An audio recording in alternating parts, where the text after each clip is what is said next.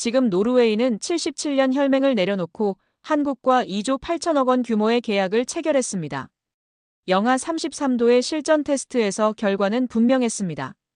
기존 무기는 목표를 벗어났고 한국의 천무는 오차없이 명중했습니다.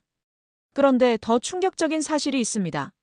한국은 계약서에 서명하기 전 이미 무기를 완성했고 수송선까지 출항시켜 놓은 상태였습니다. 과연 압박으로 동맹을 요구한 나라와 준비로 신뢰를 만든 나라 중 누가 진짜 동맹을 얻게 된 걸까요? 이런 이야기 계속 받아보고 싶으시면 구독과 좋아요로 남겨두셔도 좋습니다. 안녕하세요. 저는 리처드 헤일입니다. 15년간 국방부 유럽 안보조정관으로 일하며 수백 건의 협상을 마무리했죠. 오슬로행 비행기에서 내려다본 백설 덮인 활주로가 마치 빈 체스판 같았습니다. 이번 임무는 단순했어요. 노르웨이의 현실을 일깨워주는 것이었죠. 공항 귀빈실에서 받은 브리핑 파일을 펼쳤습니다. 관세 25%, 방산 승인 재검토, 나토 작전 참여도 하락. 숫자들이 명확한 메시지를 전달하고 있었어요. 헤드폰 너머로 들리는 워싱턴의 지시는 더욱 직접적이었습니다. 동맹의 가치를 다시 생각해 보도록 해주세요. 차가운 오슬로 공기가 폐를 파고들면서 묘한 확신이 들었어요. 77년간 이어진 혈맹 관계에서 누가 주도권을 쥐고 있는지 분명히 할 시간이었습니다. 국방부 청사 앞에서 김태현을 처음 봤을 때의 기억이 생생해요. 한국방산 시스템 책임자라는 그는 예상보다 젊었고 말수가 적었습니다. 악수할 때 그의 손에서 느껴진 단단한 굳은 살이 인상적이었어요. 서류가 아닌 현장에서 나온 흔적 같았습니다. 미국의 새로운 정책 방향을 전달하러 왔습니다. 노르웨이 국방차관 앞에서 나는 가능한 한 차분하게 말했어요. 25% 관세부터 시작해서 방산 승인 재검토까지 각 조항을 하나씩 설명했습니다. 상대방의 표정 변화를 놓치지 않으면서요. 동맹은 신뢰가 아니라 승인입니다. 회의실에 고요함이 흘렀어요. 창밖으로 보이는 오슬로 시내가 하얗게 얼어붙은 것처럼 분위기도 급속히 차가워졌습니다. 하지만 이런 순간을 수없이 겪어봤기에 전혀 당황스럽지 않았어요. 결국 선택은 그들의 몫이었습니다. 이틀 후 노르웨이 국방부에서 받은 전화는 예상 밖이었습니다. 대한검토회의에 참석해달라는 요청이었어요. 나는 웃음을 참으며 수화기를 내려놓았습니다. 77년 동안 미국 외에 다른 선택지가 있었던 적이 있나요? 회의실에 들어서자 낯선 얼굴들이 보였어요. 독일 라인메탈 대표, 프랑스 탈레스 팀, 그리고 김태현이 조용히 앉아 있었습니다. 노르웨이 국방차관이 브리핑을 시작했어요. 현재 상황에서 방어 공백을 최소화할 방안을 검토 중입니다. 독일 대표가 먼저 나섰습니다. 레오파드 2 개량형과 아이리스 T 시스템 패키지였어요. 하지만 납기가 문제였습니다. 4년 이상이 필요하다는 설명에 회의실 분위기가 무거워졌어요. 프랑스 측도 비슷했습니다. 시저 자주포와 미카 미사일 시스템을 제안했지만 승인 절차만 18개월이 걸린다고 했어요. 게다가 핵심 부품은 여전히 미국 승인이 필요하다는 조건까지 붙었습니다. 나는 속으로 고개를 끄덕였어요. 결국 모든 길은 워싱턴으로 통한다는 현실을 확인하는 자리였죠. 그런데 김태현이 입을 열었습니다. 30일 안에 실전 배치 가능한 체계를 준비할 수 있습니다. 회의실이 조용해졌어요. 독일과 프랑스 대표들이 서로 눈빛을 교환했습니다. 나는 펜을 놓고 김태현을 바라봤어요. 한 달 안에 무기를 준다고요? 내 목소리에 비웃음이 섞여 나왔습니다. 15년 동안 방산업계를 지켜보면서 그런 납기는 본 적이 없었거든요. 설령 가능하다 해도 성능은 어떻겠어요? 김태현은 담담하게 대답했습니다. 천무 다연장 로켓과 현무 지대지 미사일, 비호 자주대공포 시스템입니다. 모두 북극권 환경 테스트를 마쳤어요.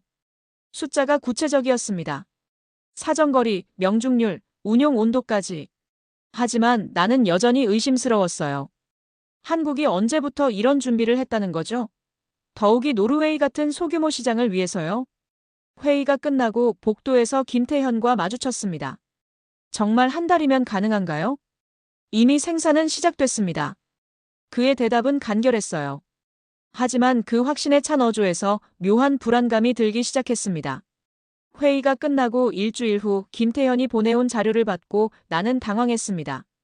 부산 감천항 위성사진부터 시작해서 생산라인 가동률, 물류 일정표까지. 모든 게 실제로 움직이고 있었어요. 워싱턴에 긴급 보고를 올렸습니다. 한국이 계약도 체결하기 전에 무기를 생산하고 있다는 내용이었어요. 답변은 예상대로였습니다. 과잉 대응입니다. 결국 우리를 선택할 겁니다. 하지만 나는 점점 확신이 서지 않았어요. 김태현이 보여준 준비 상태가 너무 체계적이었거든요.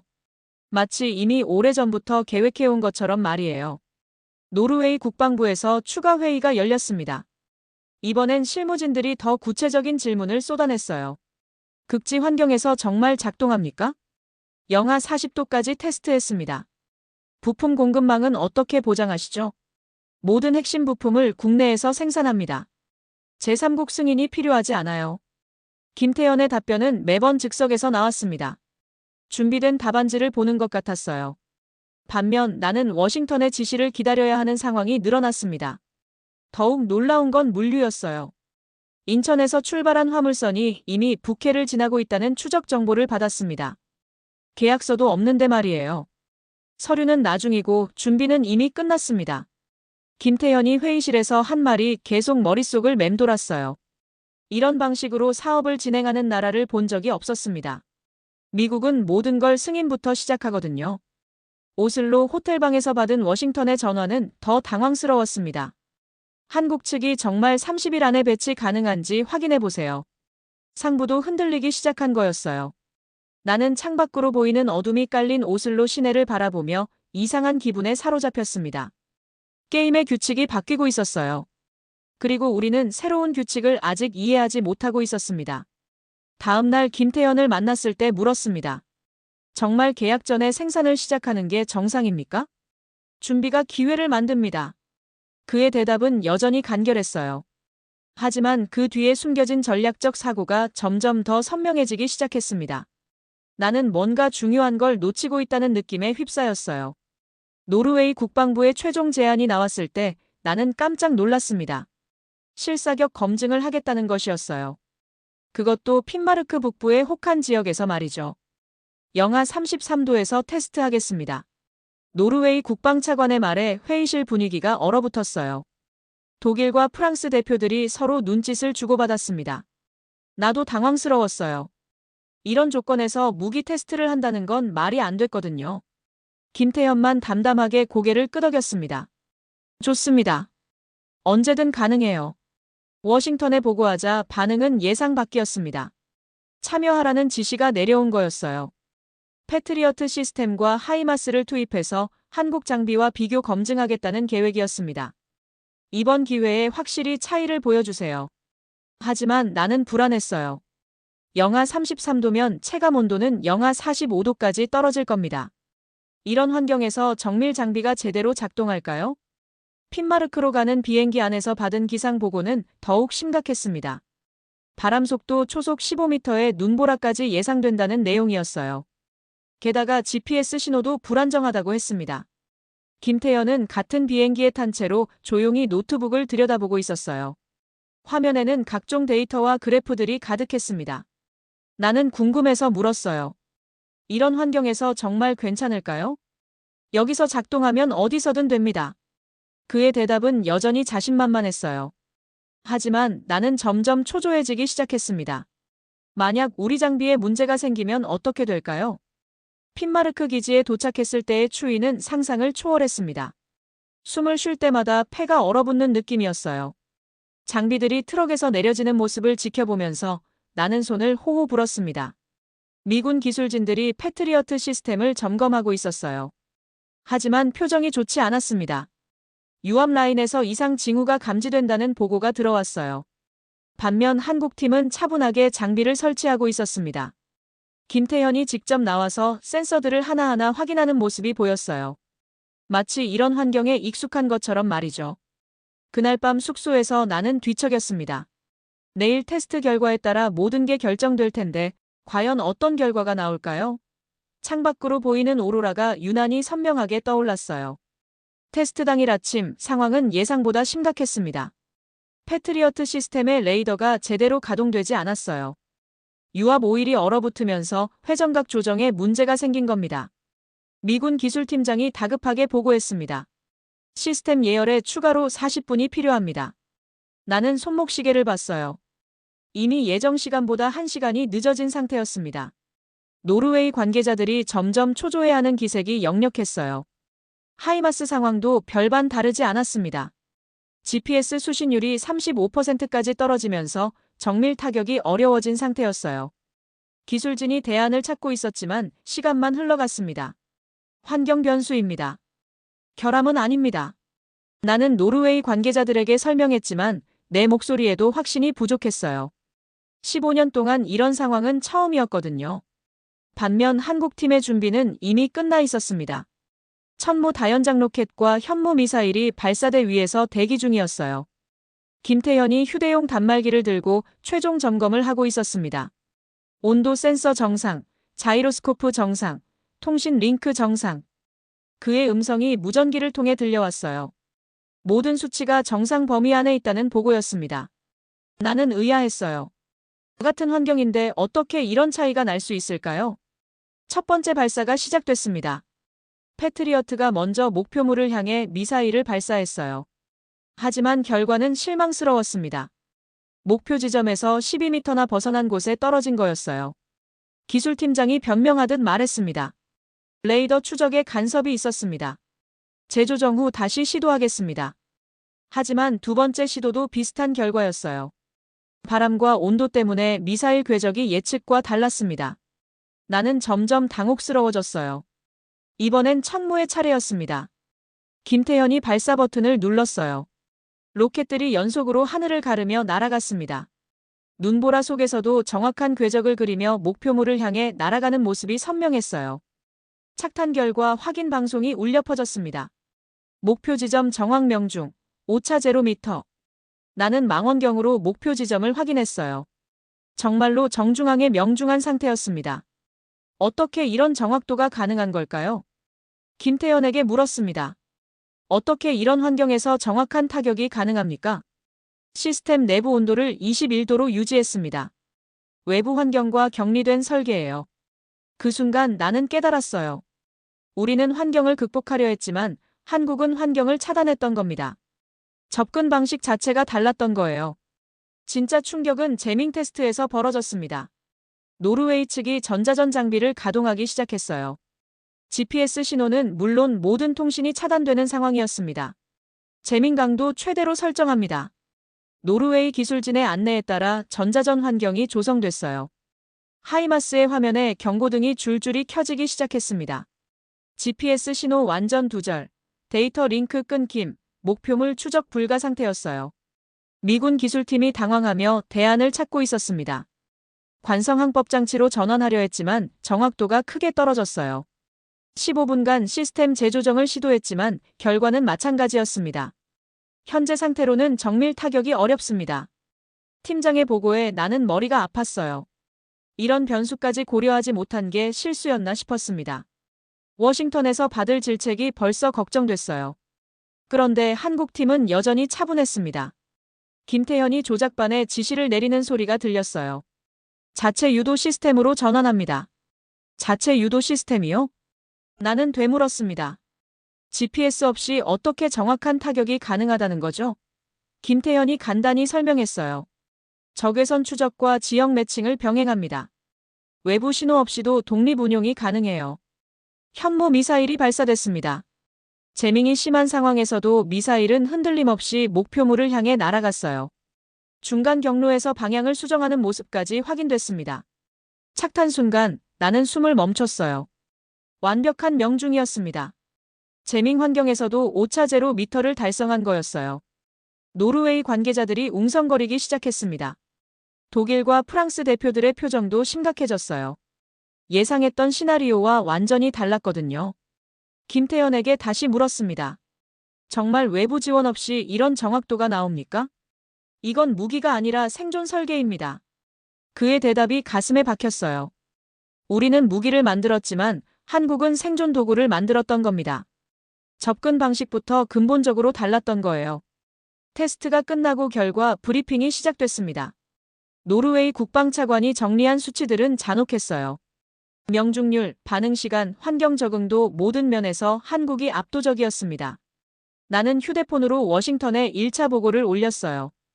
하지만 뭐라고 설명해야 할지 막막했습니다. 이런 결과를 누가 예상했겠어요? 상황을 정확히 파악해서 재보고하세요. 상부의 지시는 차갑게 들렸습니다. 하지만 이미 상황은 돌이킬 수 없는 지경에 이른 것 같았어요. 김태현이 마지막으로 한 말이 계속 맴돌았습니다. 결국 전쟁에서 살아남는 건 가장 강한 무기가 아니라 가장 확실한 무기였던 거예요. 오슬로로 돌아온 지 이틀 만에 워싱턴으로부터 전화가 왔습니다. 국방부 차관보의 목소리는 차가웠어요. 해일, 이번 테스트 결과가 언론에 유출됐습니다. 내 심장이 덜컹했어요. 노르웨이 측에서 보안을 약속했는데 어떻게 된 일인지 궁금했습니다. 하지만 더 큰 문제는 따로 있었어요. 의회에서 문제 제기를 시작했습니다. 책임 소재를 명확히 하라는 지시입니다. 나는 무슨 말인지 알았어요. 누군가 희생양이 필요한 상황이었습니다. 15년간 성공적으로 임무를 수행해온 것도 이 순간엔 의미가 없었어요. 공식 보고서에는 환경적 변수와 테스트 조건의 특수성을 강조해주세요. 결국 실패를 개인의 준비 부족으로 돌리겠다는 뜻이었어요. 나는 뒷목이 서늘해지는 걸 느꼈습니다. 그날 저녁 김태현과 마지막 식사를 했어요. 그는 내일 한국으로 돌아갈 예정이었습니다. 미안합니다. 이런 결과를 원한 건 아니었어요. 김태현이 조용히 말했습니다. 하지만 나는 알고 있었어요. 결과를 원하든 원하지 않든 준비한 자가 이기는 게 현실이라는 걸요. 처음부터 이런 계획이었습니까? 아닙니다. 다만 언제든 준비는 되어 있었어요. 그의 대답에서 한국의 전략을 읽을 수 있었습니다. 기회를 기다리는 게 아니라 기회를 만들어내는 방식이었어요. 우리와는 정반대였죠. 워싱턴에서 온 최종 지시는 예상대로였습니다. 공식 보고서에서 내 이름은 빠졌어요. 대신 현지 상황 판단 미숙이라는 표현으로 정리됐습니다. 국가는 실패를 기억하지 않습니다. 동료가 건넨 말이 뼈에 박혔어요. 성공은 시스템의 공로가 되고 실패는 개인의 책임이 되는 구조였습니다. 15년 동안 이 구조 안에서 살아왔는데 이제야 그 냉혹함을 체감했어요. 며칠 후 노르웨이 언론에서 보도가 나왔습니다. 테스트 결과와 함께 새로운 방향에 대한 논의가 시작됐다는 내용이었어요. 예상했던 시나리오였죠. 나는 오슬로 공항에서 출국 수속을 밟으면서 지난 몇 주를 되돌아봤어요. 처음 이곳에 왔을 때의 확신은 온데간데 없었습니다. 대신 뭔가 새로운 질서가 시작되고 있다는 불안감만 남았어요. 탑승구에서 김태현을 다시 봤습니다. 그도 한국행 비행기를 기다리고 있었어요. 우리는 서로 눈인사를 나누었지만 별다른 대화는 하지 않았습니다. 비행기가 이륙하면서 내려다본 오슬로는 작고 조용했어요. 하지만 이곳에서 벌어진 일이 앞으로 얼마나 큰 파장을 불러올지 짐작할 수 있었습니다. 게임의 룰이 바뀌었고 우리는 새로운 플레이어를 과소평가했던 거예요. 석 달 후 노르웨이에서 발표된 소식은 충격적이었습니다. 한국과의 전략방산 협력 체결이라는 헤드라인이 각국 언론에 실렸어요. 규모는 2조 8천억 원이었습니다. 워싱턴에서는 비상회의가 소집됐어요. 하지만 나는 더 이상 그 회의실에 앉아있지 않았습니다. 후임자가 상황을 정리하고 있었죠. 나는 멀리서 지켜볼 수밖에 없었어요. 신문에서 읽은 노르웨이 국방장관의 인터뷰가 인상 깊었습니다. 우리는 우리를 기다려준 나라를 선택합니다. 단순한 문장이었지만 그 안에 담긴 의미는 깊었어요. 압박과 위협이 아니라 준비와 신뢰로 관계를 쌓는 방식이었습니다. 김태현의 후속 보도도 눈에 띄었어요. 그는 노르웨이뿐만 아니라 핀란드, 에스토니아와도 비슷한 논의를 진행 중이라고 밝혔습니다. 북유럽 전체로 확산되고 있는 거였어요. 더 놀라운 건 독일과 프랑스의 반응이었습니다. 기존 방산 업체들이 납기 단축과 성능 개선을 약속하며 경쟁에 뛰어든 거예요. 한국이 만든 새로운 기준에 맞추려고 노력하고 있었습니다. 나는 개인적으로 김태현에게 이메일을 보냈어요. 궁금한 게 있었거든요. 처음부터 이런 결과를 예상하셨습니까? 며칠 후 답장이 왔습니다. 준비는 기회를 만들고 기회는 새로운 관계를 만듭니다. 노르웨이가 선택한 건 무기가 아니라 신뢰였어요. 그제서야 이해했습니다. 한국의 전략은 단순히 무기를 파는 게 아니었어요. 새로운 파트너십 모델을 제시한 거였습니다. 미리 준비하고 약속을 지키며 상대방의 필요에 맞춘 해결책을 제공하는 방식이었죠. 몇 개월 전만 해도 상상할 수 없던 일이었어요. 77년간 이어진 전통적 동맹 관계가 흔들리고 새로운 협력 구조가 만들어지고 있었습니다. 최근 받은 소식에 따르면 노르웨이는 한국과 공동훈련도 계획하고 있다고 해요. 단순한 무기 거래를 넘어선 전략적 협력 관계로 발전하고 있는 겁니다. 나는 이제 민간 컨설팅 회사에서 일하고 있어요. 정부를 떠난 후 많은 걸 다시 생각해 볼 기회가 생겼습니다. 가장 큰 깨달음은 힘으로 만든 관계와 신뢰로 만든 관계의 차이였어요. 오슬로에서의 마지막 날, 김태현이 한 말이 계속 떠오릅니다. 준비된 자가 기회를 만나면 새로운 역사가 시작됩니다. 지금 돌이켜보면 그 말이 맞았어요. 노르웨이는 단순히 한국 무기를 선택한 게 아니라 새로운 시대를 선택한 겁니다.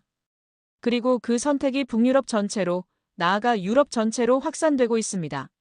세상은 생각보다 빨리 변하고 있었어요. 그리고 변화에 준비된 자만이 새로운 기회를 잡을 수 있다는 것을 뼈저리게 깨달았습니다. 결국 진짜 힘은 압박이 아니라 준비에서 나온다는 사실이 증명됐습니다. 그리고 그 준비가 어떤 결과를 만드는지 한국은 이미 보여줬습니다. 이 장면 여러분은 어떻게 보셨나요? 이런 해외 이야기 계속 정리해서 전해드릴게요. 도움이 되셨다면 좋아요 한번, 그리고 구독해 두시면 다음 이야기 놓치지 않으실 수 있습니다. 지금까지 감동축파였습니다.